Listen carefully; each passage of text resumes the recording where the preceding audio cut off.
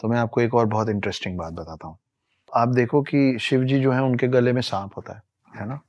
शिव जी के बड़े बेटे हैं कार्तिक, उनका वाहन है मोर। उनका छोटा बेटा है बेटे हैं गणेश, उनका वाहन है चूहा। अब मेरे घर का ऐसा चलन है कि हम लोग पिता पुत्र सब एक साथ टेबल में बैठते हैं, खाना पीना सब करते हैं और चिल्ड आउट माहौल है हमारे घर का। तो आप सोचो कि ऐसा तो उन तीनों के साथ भी होता होगा। शिव जी, कार्तिक जी और गणेश जी भी कभी ऐसे फैमिली डिनर पे बैठते होंगे ना टेबल पे।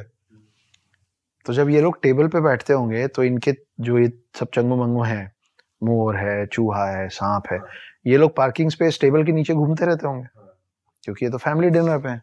अब आप सोचो कि सांप चूहे को खा सकता है, मोर सांप को खा सकता है, कोई किसी को नुकसान नहीं पहुंचाता है। अब आपको लग रहा है कि ये कमाल की फैमिली है। अब ये तीनों इनकम्प्लीट हैं जब तक पार्वती टेबल पे नहीं आती है। और पार्वती कौन है? पार्वती का वाहन क्या है? शेर। मतलब बाकी सब पानी का हम चाय हो गया ना सडनली कि भाई मैं आई हूं और जंगल का राजा मेरा वाहन है, तो मैं कौन हूं? तो हमारे हिंदू परंपरा में पहले अपने परिवार की महिलाओं का, वुमेन का नाम मेल से पहले लिया जाता था। कैसे? आप देखिए, गौरी शंकर, लक्ष्मी नारायण, सिया राम, राधा कृष्ण, है ना। तो ये हमारा कल्चर था। हिंदू धर्म हो, मुस्लिम धर्म हो, क्रिश्चियन, सिख, ज्यादातर धर्म में जितने भी भगवान है ना, जो दिखते हैं और जो नहीं दिखते, वो सब मेल है ज्यादातर। ब्रह्मा विष्णु महेश, मैं पहले अपने आप से ही शुरू करूंगा। ब्रह्मा विष्णु महेश, अल्लाह। तो जब आप अल्लाह बोलते हो तो वो क्या बोलते हैं? ऊपर वाला सब देख रहा है, देख रही नहीं है ना, देख रहा है। गुरु नानक देव, जीसस, बुद्ध, जैन, महावीर, सब मेल है ना।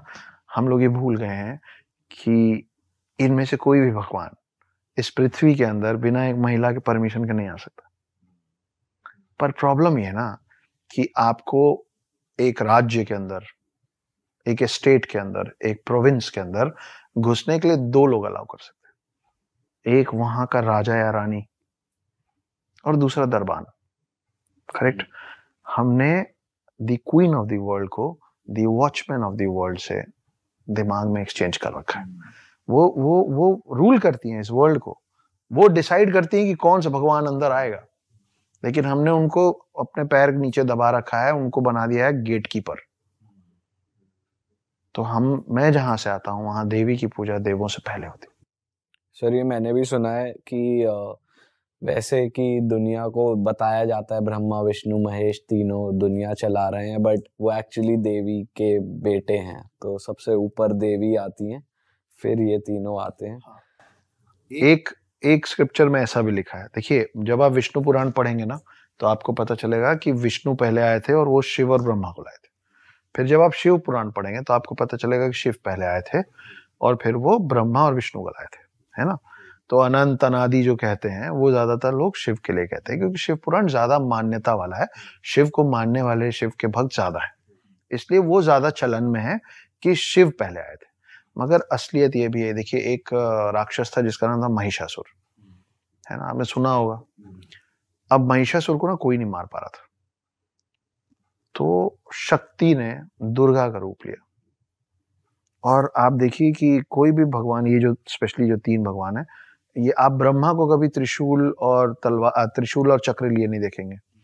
आप विष्णु को मोस्ट ऑफ द टाइम सिर्फ चक्र लिए देखेंगे, त्रिशूल लिए नहीं देखेंगे। आप शिव जी को कभी भी चक्र के साथ नहीं देखेंगे, त्रिशूल के साथ देखेंगे। इसका ये भी कारण है कि ये तीनों जो मेल फॉर्म्स हैं, ये तीनों का जो मेन पावर है, एक बॉडी कंटेन नहीं कर सकता। फैंटास्टिक फोर देखें ना आप, फर्स्ट पार्ट, उसमें क्या होता है, चारों एक में घुस जाते हैं। फर्स्ट सेकंड पार्ट चारों एक में घुस के फिर विलेन से लड़ते हैं ना। ऐसा ये गॉड्स नहीं कर पाते। लेकिन जब शक्ति दुर्गा का रूप लेके आई तो उन्होंने शिव जी से त्रिशूल ले लिया, विष्णु जी से चक्र ले लिया और ब्रह्मा जी से वो कमंडल लिया। कमंडल के अंदर माना जाता है cosmic energy of the world है, यूनिवर्स है ना। तो ये तीनों को कोई भी मेल बॉडी कंटेन नहीं कर पा रहा था, ये आई और इन्होंने सब कुछ कंटेन कर लिया महिषासुर को मारने के लिए।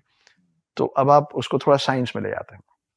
इलेक्ट्रॉन, प्रोटॉन और न्यूट्रॉन मिलके एटम बनाता है, ठीक है।